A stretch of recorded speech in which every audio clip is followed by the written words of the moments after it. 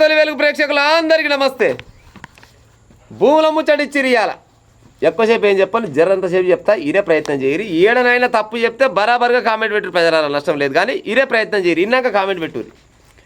నిషేధిత భూముల జాబితా పరిష్కారానికి త్రిసభ్య కమిటీ అంట. 3 మనుషులను వేస్తారంట, కమిటీ వేస్తారంట ఒకటి. ఇంకా CCLA రిటైర్డ్ జడ్జి, మరో అధికారి సభ్యులు. కమిటీ నిర్ణయంపై అప్పీల్ చేసుకోవచ్చు. హైకోర్టు వెల్లడించిన రాష్ట్ర ప్రభుత్వం. కలెక్టర్ నిషేధిత జాబితా భూములన్నీ గుర్తించాలంట. వాటిపై వివరాలు సబ్ రిజిస్ట్రార్కు పంపాలి. పని చేయరు సార్, మీ కమిటీ త్రిసభ్య కమిటీ ఉంది కదా, త్రిసభ్య కమిటీని ఇంకొకరిని ఎక్కువ చేసుకొని ఇంకే కమిటీ వేసి ఆడు ఉండే మన భూములతో ఉండే కదా తెలంగాణ రాష్ట్రంలో. ఆయన పేరు ఏం పేరు ఉండే, మిట్టలా ఏదో ఉండే కదా, నవీన్ మిట్టల్. గసటోనికి ఏ జంజాటు పోద్ది, దొంగకు తల చేప చెప్తే ఏ బాధ ఉండదంట. ఎందుకంటున్నాకు ఈ మాట అంటే, ఇప్పుడు నిషేధిత భూమి ప్రజలారా బాగినరు. నిషేధిత భూమి అంటే అది ఇక ఎవరు కొనొద్దు, దాన్ని అమ్మొద్దు. దాదాపుగా అది గవర్నమెంట్ భూమి, దాదాపు కాదు 100% గవర్నమెంట్ భూమి. మరి గవర్నమెంట్ భూములను కూడా ఒరిజినల్ పట్టాలుగా చేసుకున్న కొంతమంది దొంగ బచ్చవాయిగాళ్ళు భూములు అమ్ముకోలేదా గవర్నమెంట్ భూములు?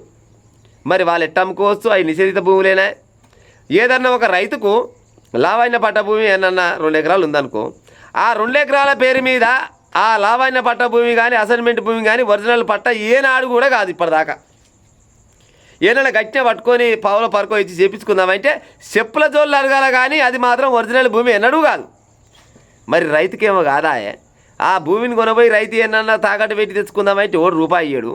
కానీ మరి గిసమంటి బట్టవాయి దొంగలకు మరి నిషేధిత భూములు ఎట్ట పట్టాలు అవుతున్నాయి? ఆ భూములు పట్టాలు చేసుకొని మళ్ళీ ఎట్ట వేరే వాళ్ళకి అమ్ముతారు? మరి వాళ్ళకెట్ట సాధ్యమవుతుంది ప్రజలారా? అంటే అధికారం ఉన్నది కదా, గత ప్రభుత్వమైన గదే పని చేసింది, ఇప్పుడున్న ప్రభుత్వమైన గదే పని చేస్తుంది. మరి ఇప్పుడున్న ప్రభుత్వం పని చేస్తలేదని వీళ్ళంటే మరి గత ప్రభుత్వం వాళ్ళు చేసిన భూముల లిస్ట్ బయటకు గుంజాలి కదా. 1 గంటెడు భూమి గుంజలేరు ఎందుకు? ఎందుకంటే ఆయన చెప్పింది కదా, వాళ్ళకి అక్కిపోయి వీళ్ళు నాకుతూరని. నిజంగానే వాళ్ళకి అక్కిపోతే వీళ్ళు ఉపకారం వేసుకొని నాకుతూరు ముద్దుగా. అంతకు మించింది ఏముంది మరిగా? ఇప్పుడు వాళ్ళకేమో పట్టాలు ఎట్టయితాయి, మరి రైతులకు ఎందుకు పట్టాలు అవుతలేవు?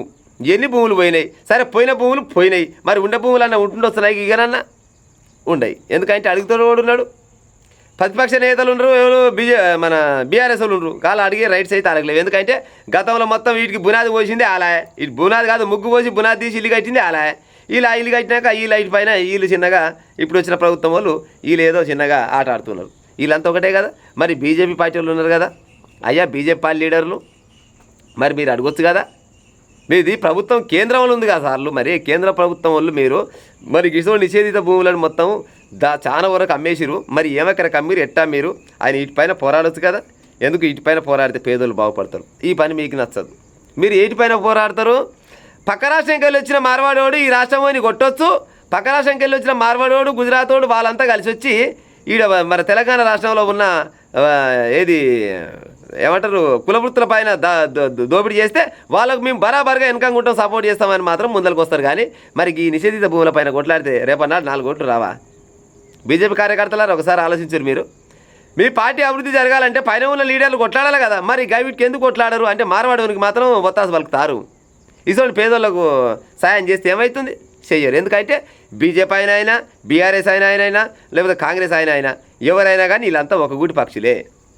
ఎందుకంటే నీకెంత నాకెంత ఆయనకెంత, ముగ్గురు తల పావుల వంచుకుంటే అయిపోయా, అంతే కదా. అంతకు మించింది ఏముంది? లేదు మరి అట్లా పావుల వంచుకుంటే మాకే సంబంధం లేకుండా మరి ఇటువంటి భూముల పైన కొట్లాడు రాదు. ఏదో కమిటీ వేస్తారంట, అందుకోసం ముందుగానే చెప్పిన.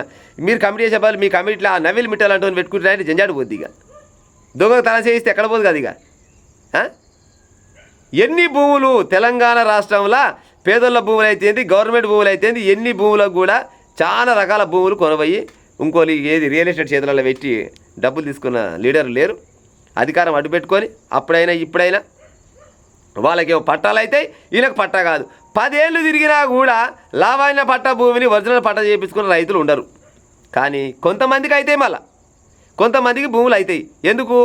మనం ఏదన్నా భూమి అయ్యో ఆపదొచ్చి 2 ఎకరాల భూమి అమ్ముదామని ఎక్కడికైనా పోతే ఆడ పాస్బుక్ చూడంగానే ఇది లావైన పట్ట భూమి ఉన్నట్టుగా ఇది కొనరు అమరు పోనంటాడు. కానీ లావైన పట్ట భూములను కూడా కొంతమంది కొన్ని రకాలుగా ఒరిజినల్ పట్టాలు చేయించుకుంటారు. మరి వాళ్ళు ఎట్లా చేయించుకుంటారు? వానికి ఏమో 2 రోజుల పాస్బుక్ వస్తుంది, ఈయన 20 ఏళ్ళు తిరిగినా రాదు. మరి అవునా కదా ప్రజలారా? నేను చెప్పిన ముచ్చట్లు ఏమైనా తప్పు ఉంటే బరాబర్గా కామెంట్ పెట్టి ఉంటాం మరిగా.